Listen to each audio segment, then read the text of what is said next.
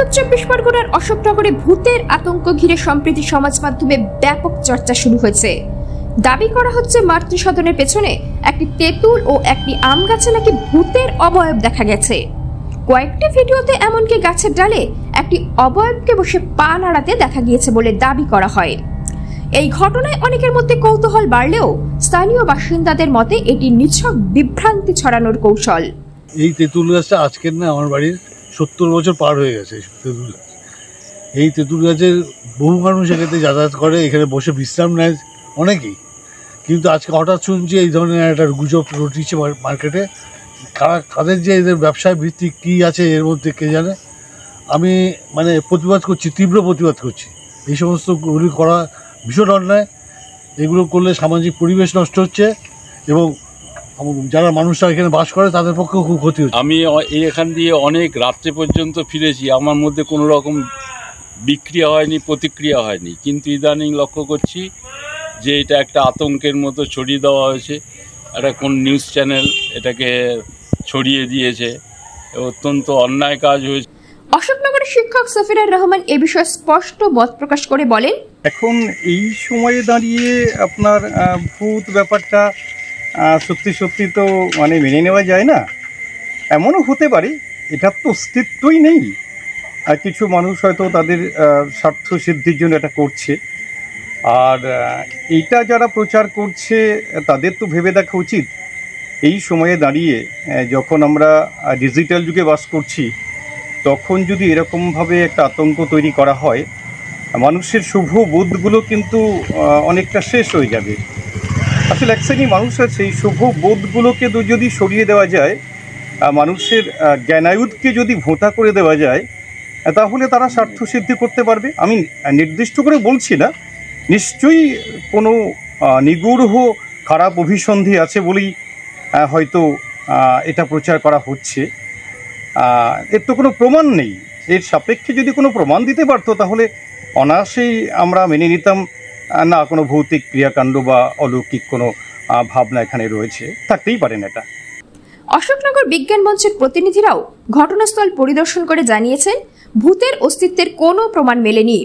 তাদের মতে এই ভিডিও আসলে আধুনিক প্রযুক্তি, বিশেষ করে AI এর অপব্যবহার।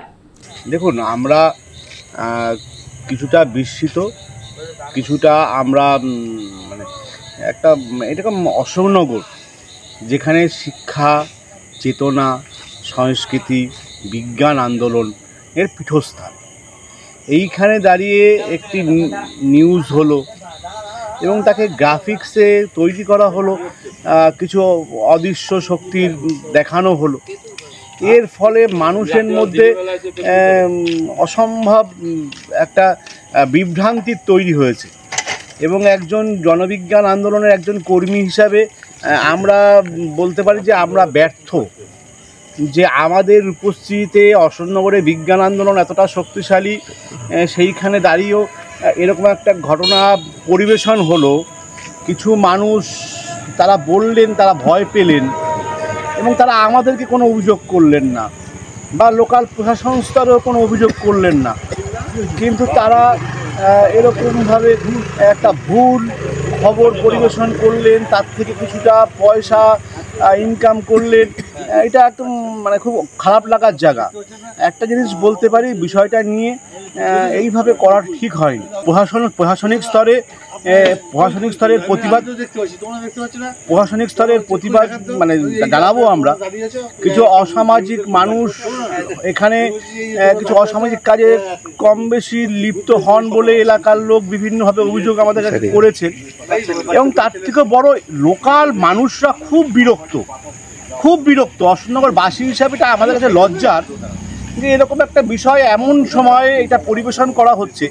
আমার কথা হচ্ছে যে আমরা সচেতন মানুষ, সংবাদ মাধ্যম সচেতন মানুষ, আমরা চাইব আমরা প্রশাসন, সংবাদ মাধ্যমের কাছে আরও বেশি দায়িত্বশীল ভূমিকা।